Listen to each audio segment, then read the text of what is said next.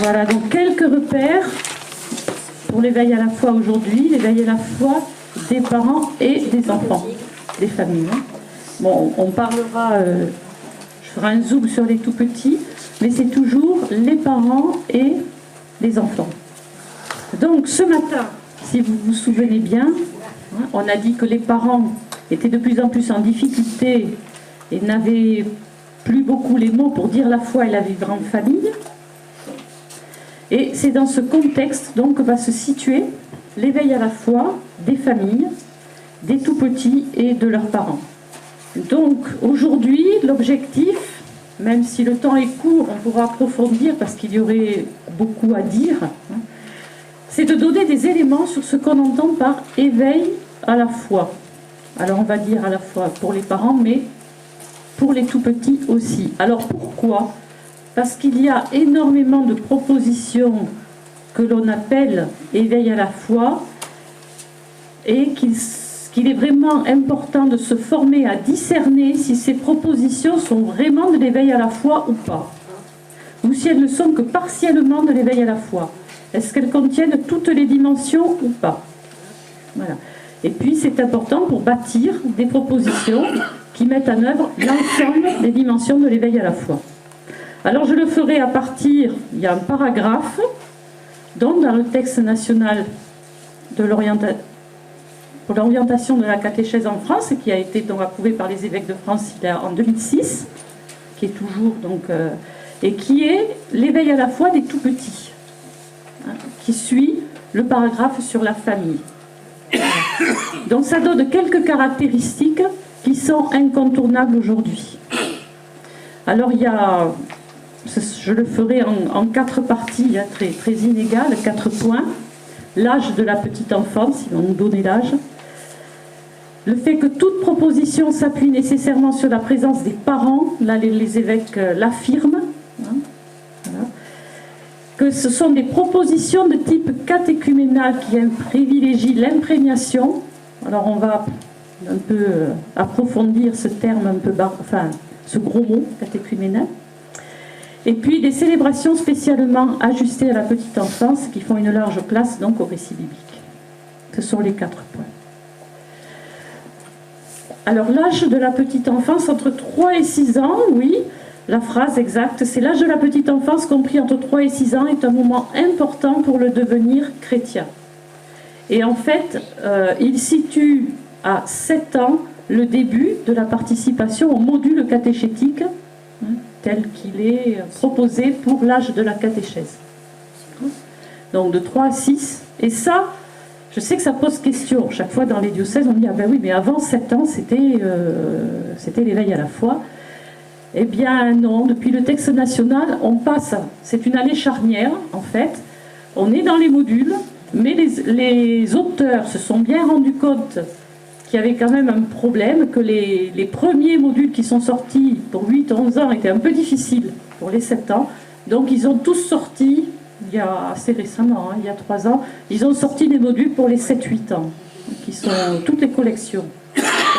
C'est pas toujours connu par les gens sur le terrain, mais que ce soit Lyon ou Celle de Vie, ils ont sorti des modules spécifiques pour 7-8 ans. Mais l'éveil à la foi, donc des enfants, c'est entre 3 et 6 ans. Alors c'est lié à l'évolution des facultés évidemment psychiques, intellectuelles, affectives des enfants.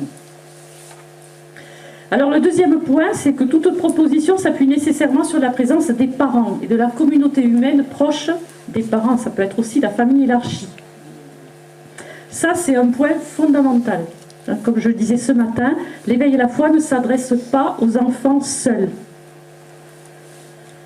Et ça, on voit encore trop souvent de l'éveil à la foi uniquement adressé aux enfants. Alors, cet aspect-là implique beaucoup de questions. Pourquoi ? On peut voir dans certains lieux un éveil à la foi qui est proposé, par exemple, pendant la messe dominicale. Bon, pendant la messe dominicale, la plupart du temps, ce sont des enfants qui quittent l'assemblée pour aller vivre un temps d'éveil à la foi. Alors la question à se poser, c'est qu'est-ce qu'on fait quand des tout petits quittent l'assemblée, sans les parents. Donc vous voyez que la plupart du temps, quand ils quittent l'assemblée, il n'y a pas les parents. Donc l'éveil à la foi qui va être proposé, ça sera sans les parents. Alors c'est pas forcément négatif, hein, ne me faites pas dire ce que je n'ai pas dit.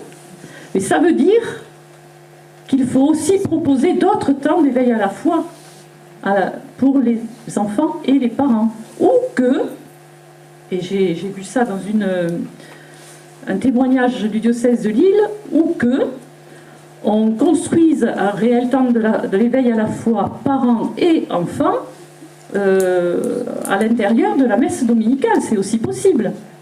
Donc vous voyez toutes les questions que ça pose. Ça peut nous déplacer dans nos pratiques. Pensez à ce que l'on fait. Aussi, je reviendrai après. Voilà. Donc on a dit ce matin que c'était important de faire résonner une première annonce de l'Évangile dans la famille tout entière. D'où l'importance de bâtir des propositions d'éveil à la foi qui offrent des temps vécus aussi entre parents et enfants. C'est ce que vous avez vécu ce matin au tout début, avec le jeu, qui permet un dialogue dans la famille sur une question de sens.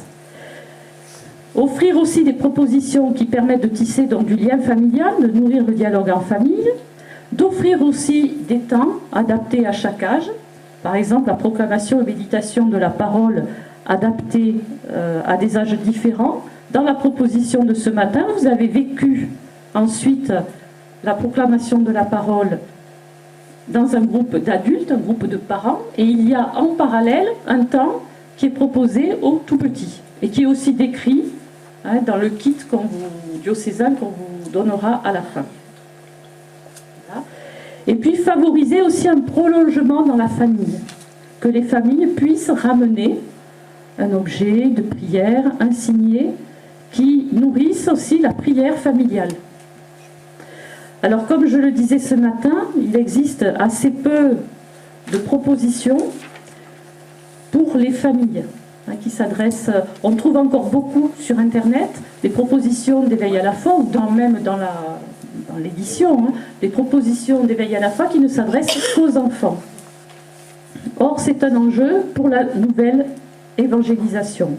Voilà, c'est important aussi que les parents découvrent et fassent l'expérience du don d'amour et de vie que Dieu fait à leur famille. Leur découverte aussi que Dieu dit du bien de leur famille, c'est-à-dire les bénit.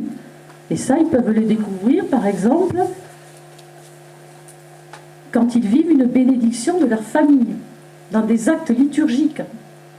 Il y a certaines, alors c'est pas dans les 3 fiches qu'on vous propose, mais c'est dans l'itinéraire vers le baptême. On a proposé une bénédiction des familles. Et c'est vrai qu'on a des témoignages sur le terrain. Les parents rentrent dans ce type de démarche liturgique. Parce qu'ils découvrent que Dieu dit du bien de leur famille et les accompagne aussi dans leurs projets. Voilà, donc l'importance d'utiliser des outils un petit peu nouveaux qui permettent d'accompagner la famille, les parents et les enfants. Alors, dans les documents, donc le document que vous aurez à la fin, donc ce sont des propositions, c'est le 3e point, ce sont des propositions de type catéchuménal qui privilégient l'imprégnation. Alors pourquoi? Parce que l'éveil à la foi relève de l'imprégnation. Parce que ce sont des enfants de 3-6 ans et pas des enfants de 7 ans et plus. Voilà. Les 3-6 ans sont dans la pensée magique, ils ne font pas la différence entre le réel et l'imaginaire, et ils appréhendent tout avec leur corps et leurs 5 sens. Le corps a une place privilégiée. Donc ils s'imprègnent. Par exemple, on ne fait pas prier les enfants, on prie avec. Les tout petits s'imprègnent de la prière des gens qui les entourent. Ils s'imprègnent de tout ce qui se vit autour d'eux. Alors l'éveil à la foi, qui relève de l'imprégnation, il se vit en premier lieu au sein de la famille. où toute question, événement, peut devenir éveil à la foi spontané. Mais de plus en plus, voilà, il va relever de moments plus explicites d'éveil à la foi que l'on va proposer aux familles en lien avec la communauté chrétienne. Et c'est ce que l'on va essayer d'approfondir. Donc pour le tout petit, c'est un temps pour découvrir et éprouver avec son corps ce que vivent ceux qui l'entourent et ce qui est important pour eux. Donc aimer, être aimé inconditionnellement, pardonner, demander pardon, partager, prier, faire confiance, louer, raconter. Donc l'éveil s'appuie sur l'expérience de l'enfant, son désir, ses motivations, et privilégie le sujet plus que les connaissances, parce qu'en fait ça tient compte du développement et de la maturation de l'enfant. Et ça, c'est important que les animateurs et les parents en prennent compte. Par exemple, le fait que les 3-6 ans sont dans la pensée magique et puis ne fassent pas la différence entre le réel et l'imaginaire, eh bien, fait qu'ils vont recevoir les récits bibliques d'une manière totalement différente d'un adulte. C'est-à-dire, nous allons y rentrer avec notre esprit critique. Lui, il va recevoir le récit biblique en dehors de toute explication. Et donc, c'est important de raconter un texte biblique sans ajouter d'explications ou d'éléments moralisateurs. Voilà, on n'explique pas un texte biblique, même pour les adultes d'ailleurs. Mais alors, pour le tout petit, il ne faut pas s'inquiéter. Il reçoit le texte, il en est imprégné, et ce qui vous gêne à vous, ça ne le gêne pas du tout à lui. Ouais, vraiment. Mais par contre, très important, ça le structure. Voilà, on y reviendra tout à l'heure. Et à partir des 7-8 ans, ils recevront les textes de manière différente avec leur esprit critique.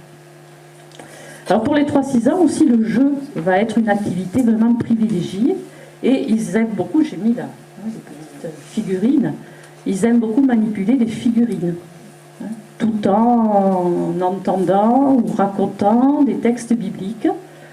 Bon, les Playmobil, je ne fais pas de la pub pour Playmobil, hein, mais ça fait partie de leurs figurines favorites. Et on peut citer l'expérience de l'Île-de-France. De l'Île-de-France, il y a chaque année un immense salon de l'enfance à la Toussaint, à peu près aux vacances de Toussaint. Donc il y a quelques années, le diocèse de Paris a pris un tout petit stand et a fait une table avec des Playmobil pour raconter l'histoire de la naissance de Jésus, avec la crèche Playmobil. Voilà. Et puis, des petits personnages, ils avaient monté. Ça a eu un tel succès qu'après, ils ont dû doubler le stand. Et puis, de fil en aiguille, c'est Playmobil qui est venu leur installer le stand. Et puis, ça a un succès fou. Tout le monde vient et il témoigne que c'est une réelle catéchèse d'adulte, même avec les parents. Voilà, ils viennent, on raconte, ils manipulent. Pour ça, intéressant pour des initiatives sur le terrain. Ça, c'est de la première annonce. Hein. On est vraiment... Voilà, donc utiliser tout ce qu'ils affectionnent, hein, tous leurs objets préférés. Alors, certains posent la question de la différence entre l'éveil à la foi et la catéchèse. Eh bien, en fait, l'éveil à la foi des tout-petits, des parents, et la catéchèse ont exactement la même visée. C'est de mettre quelqu'un non seulement en contact, mais en communion, en intimité avec le Christ. Il n'y a aucune opposition entre éveil à la foi des tout-petits et la catéchèse, mais simplement, les deux tiennent compte du développement psychique, affectif, intellectuel du public, des 3-6 ans et des 7 ans et plus. Voilà. Entre 3 et 7 ans, c'est le corps avec les 5 sens qui prime, et qui est le plus important. Voilà. Et c'est à la charnière des 7 ans que l'enfant aura ses capacités psychiques, intellectuelles, d'entrer dans une catéchèse. Je vais prononcer 4 mots, 4 gros mots. Une catéchèse structurée, cohérente, organique et systématique. C'est ce que doivent remplir les auteurs quand ils écrivent les documents catéchétiques. Voilà. Structuré, cohérent, organique et systématique. Alors ça, c'est du langage de spécialiste, mais c'est pour dire qu'à partir d'un certain âge, on peut passer à des rencontres régulières, par exemple toutes les semaines, ce qui n'est pas le cas pour les tout petits. Alors, des propositions de type catéchuménal. Cet éveil à la foi des tout petits et de leurs parents passe par un chemin de type catéchuménal parce que depuis le texte national, toute proposition catéchétique doit être de type catéchuménal. Alors, qu'est-ce que ça veut dire, les quatre dimensions, pour essayer de faire simple, parce que c'est quand même pas très facile à saisir. D'abord, la parole de Dieu, centrale, transmise dans les Écritures et la tradition, donc centrale. Ensuite, c'est un appel à un agir chrétien, à vivre, à un art de vivre chrétien, à une transformation dans sa vie, suscitée par la parole de Dieu. Cet aspect de la vie. Le troisième point, c'est la rencontre d'une communauté vivante, par l'échange, le partage en groupe, la relation concrète à des témoins qui incarnent même des manières de vivre en chrétien. Et puis le quatrième point, c'est l'introduction à la prière et à la vie sacramentelle, qui ouvre à l'amitié, à la relation personnelle avec le Christ. Et il s'agit bien d'accompagner une relation au Christ chez les enfants et leurs parents. Ça vous rappelle quelque chose? Jubilé des catéchistes, accompagner une relation au Christ. Et c'est le fil rouge aussi des formations de cette année. C'est ça qui est en jeu. Alors, ces démarches aussi, de type catéchuménal, comportent une visée théologique. Vous avez vu aussi dans le temps précédent, une visée. Cette visée, en fait, c'est une affirmation de foi qui dit quelque chose de la relation de Dieu avec nous. Par exemple, Dieu nous aime, Dieu nous sauve. Voilà, ça c'est la visée. Et là, vous allez voir dans les fiches que vous avez une visée qui est déployée peu à peu, pas à pas, et elle s'articule avec une question existentielle. Je vous disais ce matin que les jeunes parents sont habités par des questions existentielles, et c'est pour ça que les trois rencontres que l'on vous propose ont des titres qui sont des questions existentielles. En famille, comment choisir? Ce que vous avez vécu ce matin.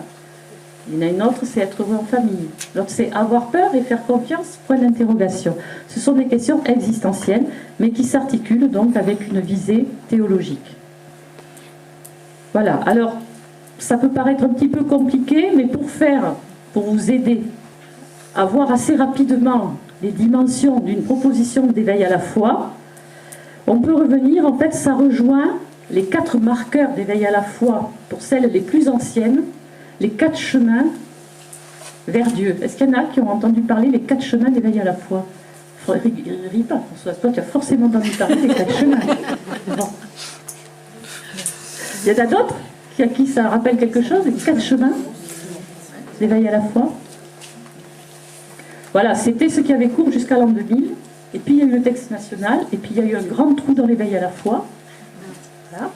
Et puis, voilà, quand on a retissé ça il y a quelques années, en fait, pour l'itinéraire de type catéchuménal, ça rejoint ces 4 chemins. Il y a 4 chemins, celui de la parole, celui de la communauté, celui de la vie et celui de la prière.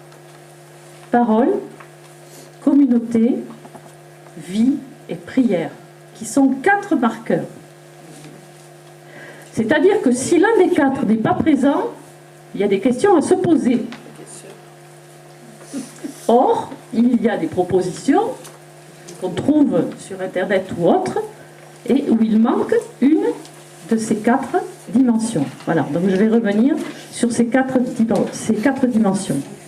Donc c'est aussi une grille de relecture, ces 4 dimensions. Alors, quelques mots sur chacun des chemins. Le chemin de la vie, ce sont les questions de vie que je citais tout à l'heure, qui renvoient souvent des expériences fondatrices, à source de découvertes qui vont structurer l'enfant. Alors concrètement, ce chemin de la vie va passer par une attention à ce que vivent les familles, aux événements qui les touchent, une attention à toutes les questions existentielles et éducatives portées par les familles, une attention aussi à la dimension corporelle et aux 5 sens, la gestuation, activité, l'importance du jeu. Ça, et c'est un point très important. Une grille de lecture aussi, possible, c'est dans la proposition que vous faites, qu'est-ce que vous avez donné à voir, à entendre, à dire, ou chanter, à sentir et à goûter. C'est vraiment important pour les tout petits. Et puis la vie, c'est ce que je disais ce matin, toute la valorisation chez les familles. Il y a des pierres d'attente pour l'évangile, attention à la convivialité, voilà, à l'accueil, s'adapter à leur rythme de vie, etc. Le chemin de la prière. Donc il s'agit de créer les conditions favorables d'une relation avec Dieu. Et le texte national dit bien que le petit enfant se familiarise avec des manières de prier en s'imprégnant de la prière de ceux qui l'entourent. Il apprend à poser les gestes de la foi en imitant ceux qui les font avec lui. On prie avec et on ne fait pas prier. Alors la vie de foi et de la prière chez le tout petit sont très différentes de ce qu'elles sont chez l'adulte et l'enfant de plus de 7 ans. Donc pour un tout petit, la prière, avec les gens qui l'entourent, est essentielle, puisqu'ils sont imprégnés, ils fonctionnent par imprégnation, par leur environnement. Alors attention aux représentations qu'on a dans nos têtes. Il ne faut pas assimiler bien prier et être capable de se tenir tranquille. Chez un tout petit, ça n'a aucun rapport. Voilà. Et d'ailleurs, moi je suis vraiment pour que les petits restent dans l'espace liturgique pendant les messes dominicales. C'est vraiment important, justement, parce qu'ils s'imprègnent de tout ce qui se passe et se vit. Ils peuvent aller et venir. Ils peuvent avoir un tapis, des jeux, voilà. Et puis un beau jour, vous allez les voir vaquer à leurs occupations. Puis un beau jour, il va se lever et puis il va près du Serge Pascal. Répéter. Il va répéter. Donc je trouve important de les garder dans l'espace liturgique. Et je cite, cette expérience qui me revient, bon, c'était dans la cathédrale de Besançon, cette messe du dimanche soir qui était absolument mortelle. C'est une grande cathédrale en pierre, bon, c'est un pays où il fait froid, il n'y avait pas grand monde. Et puis un jour est arrivé un jeune recteur qui était responsable de la pasto des jeunes. Évidemment, ça ne lui allait pas trop. Alors il a commencé dans la grande cathédrale austère, il a commencé par dérouler un tapis au pied de l'autel, du chœur, parce qu'il y avait un grand chœur, et puis à mettre des jouets, et puis à dire aux parents qu'ils étaient là chez eux, que les enfants pouvaient courir, voilà, ils avaient des dieux, des chapelles, etc. Eh bien, 6 mois après, l'assemblée était méconnaissable. Il y avait des poussettes partout, sur le bord, des jeunes familles, mais je me souviens être allée vers des jeunes familles et puis me réjouir, mais c'est super. Et il y en a encore une jeune maman qui me dit tout attristée, ah oui, mais alors, il a couru, il a... Et moi, dans un grand sourire, je lui dis, mais c'est super, nous, ça ne nous a pas gênés, l'essentiel, c'est que vous soyez là. Voilà, donc les parents sont encore stressés. Donc c'est important de les rassurer. Bon, alors, à condition, évidemment, s'il y a... comment dire, il y a un dialogue à trouver. Alors j'entends bien qu'il ne s'agit pas de laisser tout faire et que c'est important d'accompagner. Encore une fois, d'accompagner, c'est important. Il faut que ça soit accompagné. C'est ce que j'allais dire. C'est qu'en fait, j'ai découvert un diocèse qui peu à peu, aujourd'hui, il y a dans chaque paroisse, grande paroisse, un lieu où il y a des messes dominicales avec ce qu'ils appellent un tapis d'éveil. Alors en quoi ça consiste un tapis d'éveil? Il y a effectivement le tapis, il y a quelques jouets, il y a aussi une petite table à hauteur d'enfant, des petits sièges, coloriage, etc. Mais c'est dans un coin c'est dans l'espace liturgique, mais dans un lieu bien établi où il y a les parents à côté, c'est-à-dire on permet aussi aux parents d'être très près.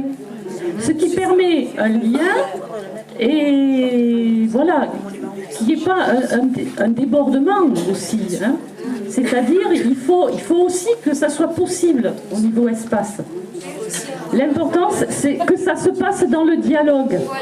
C'est-à-dire, si l'enfant, on peut aussi dire, bon, ça arrive, il y a des enfants quelquefois qui piquent une colère, ou qui, quand ils sont tout petits, ou qui se mettent, on peut aussi, là, dans la cathédrale, le curé leur avait dit, ben, voilà, vous avez une chapelle aussi, un lieu fermé, si vraiment à un moment donné, vous voyez, bon, il l'a mené à côté, et puis il pouvait revenir.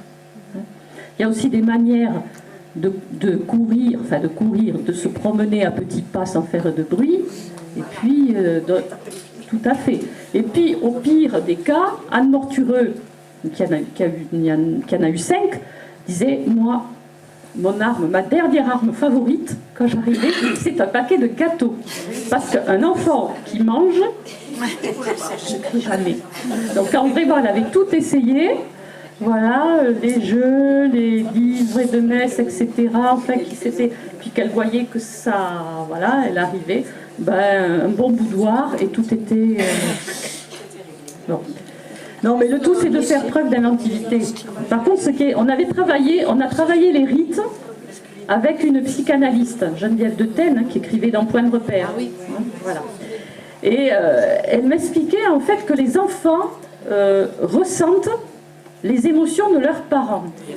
C'est-à-dire que si les enfants ressentent que leurs parents sont inquiets, stressés pendant la messe, eh bien, ils vont associer à eux la messe à un stress. Donc vous comprenez combien c'est important de rassurer les parents, hein, qu'ils soient bien à la messe dominicale. Parce que ce qu'elle disait, c'est qu'il est important que tout ce que l'on vit en communauté, la messe soit associée à des rites positifs. Parce que sinon, l'enfant, après, plus tard... voilà. Elle disait d'ailleurs que quand elle était petite, après la messe, ses parents lui offraient une glace. Et donc, ben voilà. Mais il y a des jouets aussi qui ne font pas de bruit. Voilà. Mais important de l'accueil et de ce dialogue avec les familles. Donc, varier aussi les formes de prière, hein, que ce soit pendant les temps liturgiques, devant la crèche, pendant le temps de l'Avent ou lors des événements familiaux. L'aménagement du coin prière aussi est encouragé pendant les propositions d'éveil à la foi aussi, avec toujours le même rituel, hein, une Bible bien mise en valeur, la bougie, enfin, une icône, des fleurs. Voilà. Puis le chant est un support privilégié, avec une attention quand même dans le choix des chants. Vous avez une des responsables nationales qui nous disait que selon les âges, par exemple pour les petits, il faut que les notes soient dans la portée en clé de sol. Hein. Il faut que les notes restent à l'intérieur de la portée. Au-dessus, ils ne peuvent pas. Au-dessous, ils ne peuvent pas non plus. Voilà. Par ailleurs, il ne faut pas un rythme aussi trop rapide. Ils ne peuvent pas vocaliser sur une même... Voilà, donc il y a quelques règles. Puis les chants gestués. Alors le chemin de la parole, il va prendre en compte la parole de Dieu, mais aussi la parole des enfants. Les petits ont vraiment besoin qu'on leur adresse la parole pour vivre. Alors il y a de nombreuses formes de langage et le tout petit va apprécier cette diversité des langages. Il est particulièrement ouvert à tout le langage symbolique qui met en scène des éléments naturels très attrayants, tout ce qui est la terre, l'eau, le feu, la lumière, l'espace, le mouvement, le souffle et tout ce qui fait appel aux cinq sens. Alors ça aussi, pour relire une proposition d'éveil à la foi, hein, c'est important. Alors les questions des enfants ne sont jamais fortuites. Non. Toutes les questions sont importantes et à écouter avec attention. Les petits ont besoin aussi d'être rassurés et c'est à travers ces dialogues qu'ils développent leur confiance. Et puis alors, une caractéristique très importante chez les jeunes enfants, c'est qu'ils aiment les récits de toutes sortes. Voilà. Les contes, les histoires, et ça, ces récits structurent leur développement. Et c'est là que la médiation biblique va jouer un rôle très important. D'où cette importance, la Bible, elle se raconte, hein, elle se transmet de génération en génération. Elle se présente aussi comme une histoire, l'histoire du salut, hein, de la relation de Dieu avec les hommes. Et c'est vraiment très important de raconter les récits bibliques, y compris de l'Ancien Testament, aux jeunes enfants. Ça, c'est pas gagné.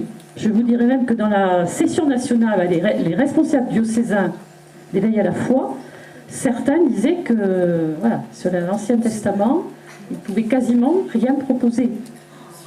Les gens ont peur, en fait, des récits de l'Ancien Testament. Non, pourtant, voilà, Geneviève de Tène, avec qui on a travaillé, son enregistrement, en fait, est toujours en ligne de cette session, où elle parle pendant 3/4 d'heure sur l'importance des récits bibliques qui structurent le tout petit. Elle souligne vraiment l'importance de ces récits de l'Ancien Testament. On peut les raconter au tout petit et ça les structure. Voilà. Alors je vais donner quelques petits éléments rapides. Hein. Quand on bâtit une démarche autour d'un récit biblique, parce que la parole est toujours centrale. Bon, donc la porte d'entrée avant, hein, qui précède cette lecture, qui s'appuie sur les besoins et dynamismes vitaux, que ce soit des parents ou des tout-petits. Hein, c'est ce qu'on a dit ce matin, pour que chacun puisse se rendre disponible, hein, ouvrir son cœur, hein, pour l'écoute de la parole. Voilà, cette porte d'entrée avant le travail de la parole. Alors attention à ce que cette porte d'entrée soit vraiment, comment dire, une ouverture, mais ne soit pas moralisatrice, ou n'induise pas après une lecture un peu déviée de la parole de Dieu. Alors je ne dis pas ça par hasard. Il y a, je pense à un titre, mais c'est pas, voilà, j'en dirai rien, mais il y a dans une des publications actuelles des propositions où le texte biblique est précédé d'une petite histoire. Voilà. Sauf que il y a des cas où la petite histoire est très moralisatrice, hein, et induit forcément derrière une lecture biaisée de la parole. Voilà. Il faut savoir que chaque enfant va recevoir la parole d'une manière qui lui est singulière et qui nous échappe. Mais par contre, il ne faut pas induire cette lecture de la parole avec quelque chose de moralisateur qui précéderait la lecture du texte biblique. Là, on empêche la parole de faire son travail. Voilà, donc il y a... Alors, il y a des questions. Le texte doit-il être lu ou raconté? Vaste question. Voilà. C'est pas une question anodine. Ça avait provoqué des débats, hein, je me souviens. Bon, voilà. Alors, les deux, c'est-à-dire raconter. Mais quand il est raconté, c'est vrai que moi, personnellement, j'aime bien qu'à un moment donné, il soit proclamé aussi dans sa forme. Voilà, dans la célébration, par exemple. Voilà. Qu'il soit proclamé, que le texte biblique soit proclamé. Mais si vous choisissez de raconter, attention, raconter ne s'improvise pas. Raconter un récit biblique, ça suppose une analyse exégétique du texte très précise. Et oui. Donc, si vous voulez raconter, on pourra faire, si vous voulez, hein, une séance de formation là-dessus. Donc, soit vous prenez, vous avez énormément de vidéos sur le site Catéchèse par la parole, soit vous vous formez effectivement à construire des récits bibliques. Là, vous en avez pour tous les âges, hein, sur le site. Soit vous pouvez choisir aussi un texte aussi parmi les multiples récits bibliques qui existent pour cet âge-là. Mais attention, là aussi il y a des pièges. Voilà. Nous avions organisé un atelier avec 6 traductions pour les petits du récit de l'Arche de Noé. Dans la même session, il n'y en avait aucun de pareil.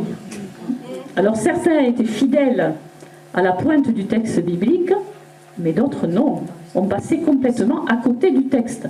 Ce qui veut dire que choisir aussi un texte biblique pour les petits, eh bien ça demande aussi d'avoir une formation exégétique. Alors vous allez me dire, c'est bien compliqué.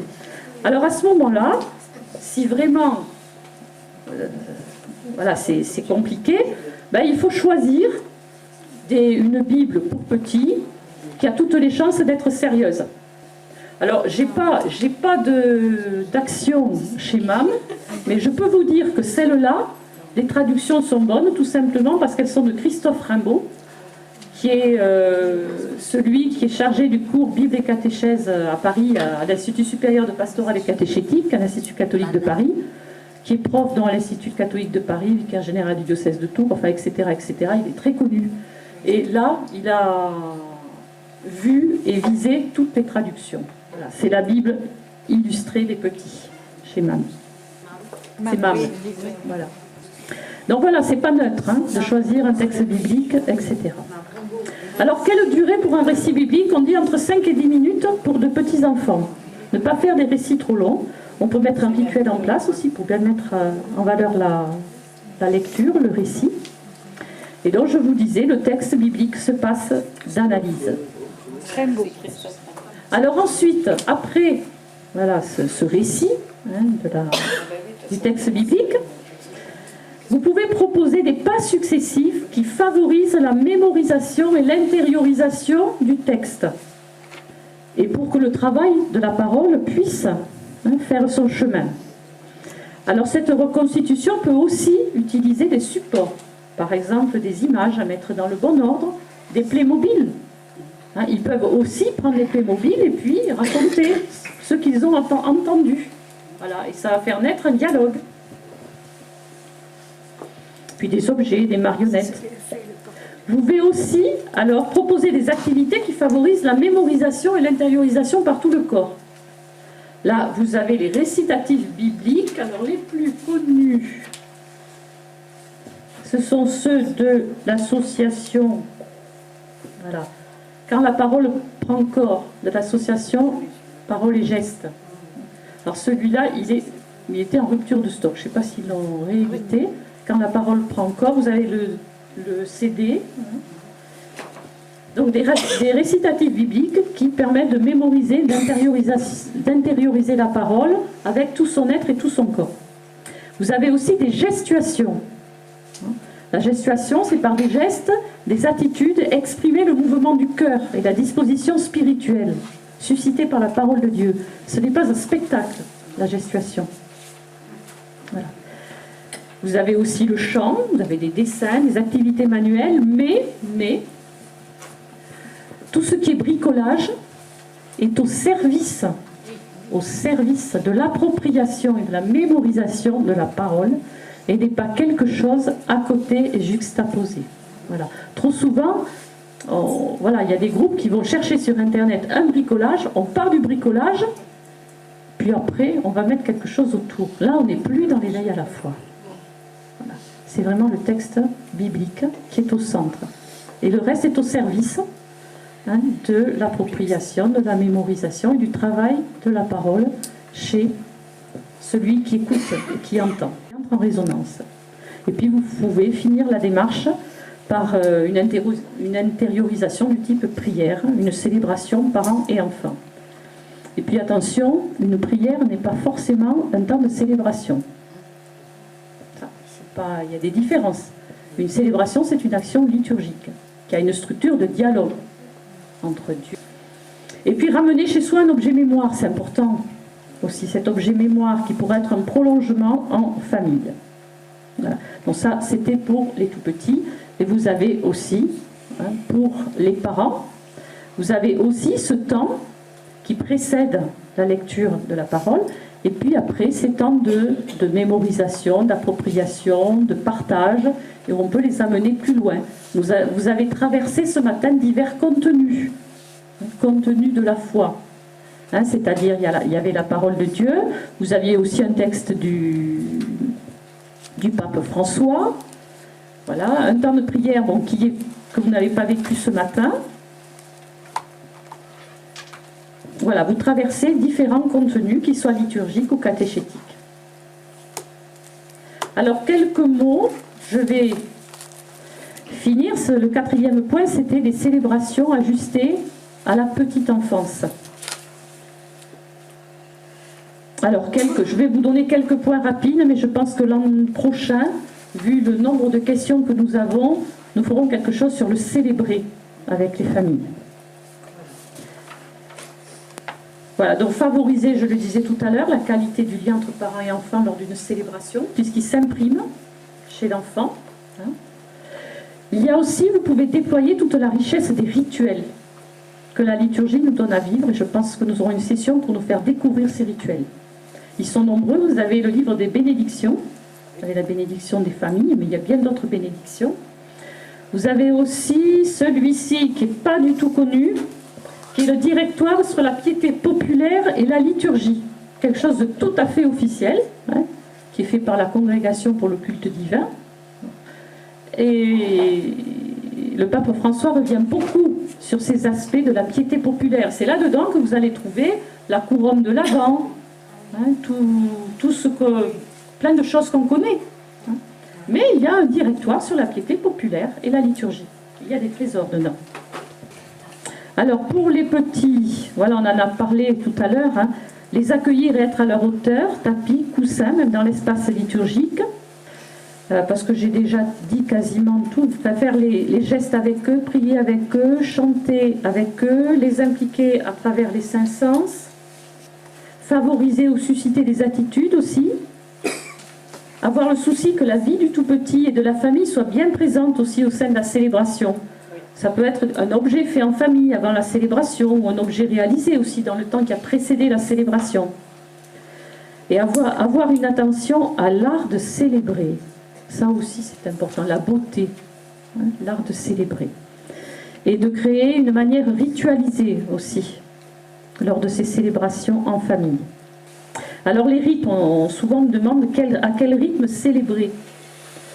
4 à 6 célébrations des veilles à la fois dans l'année peuvent être un bon rythme. 4 à 6, voilà. Et la durée, bon, entre 20 et 40 minutes, mais ça tout dépend de la proposition. Voilà, donc l'éveil à la foi, en tous les cas, ce qui est dans les points d'attention, déjà, il concerne les parents et les enfants. La présence des parents est indispensable aujourd'hui. Et les propositions qu'on va vous remettre, on va remettre un kit à chaque paroisse, puis on va les envoyer à tous les curés, à tous les animateurs relais. Voilà, toutes ces propositions, c'est pour vous encourager à vivre sur le terrain des rencontres avec les familles. Et puis on pourra en créer d'autres dans les années qui viennent. Voilà. Donc la présence des parents, elles sont de type catéchuménal et privilégient l'imprégnation. Toujours les 4 chemins, les 4 marqueurs, vie, prière, communauté, la parole de Dieu. La présence des 5 sens aussi, qu'a-t-il à vous allez donner à voir, à goûter, sentir, etc. Proposer aussi des célébrations ajustées à la petite enfance, avec toute la liturgie, la prière chrétienne, et en accordant une place importante au récit biblique. Voilà, je sais pas si vous avez quelques... Donc vous avez tout, dans ce kit, vous avez 3 rencontres, vous avez tout le matériel. C'est pour ça que c'est un petit peu épais, toutes les images, les jeux, et on peut vous les envoyer aussi de manière électronique. Pas de souci. On va les mettre sur la page du site, le compte rendu de la journée, le lien. Oui. Mais l'idée, ça sera aussi de vous donner, mettre toutes les formations en ligne, ça c'est clair, ça l'est déjà, mais aussi les documents en ligne, des points d'appui en ligne, par exemple l'extrait du texte national sur le site du SDIC, du service diocésain d'initiation chrétienne. SDIC 34.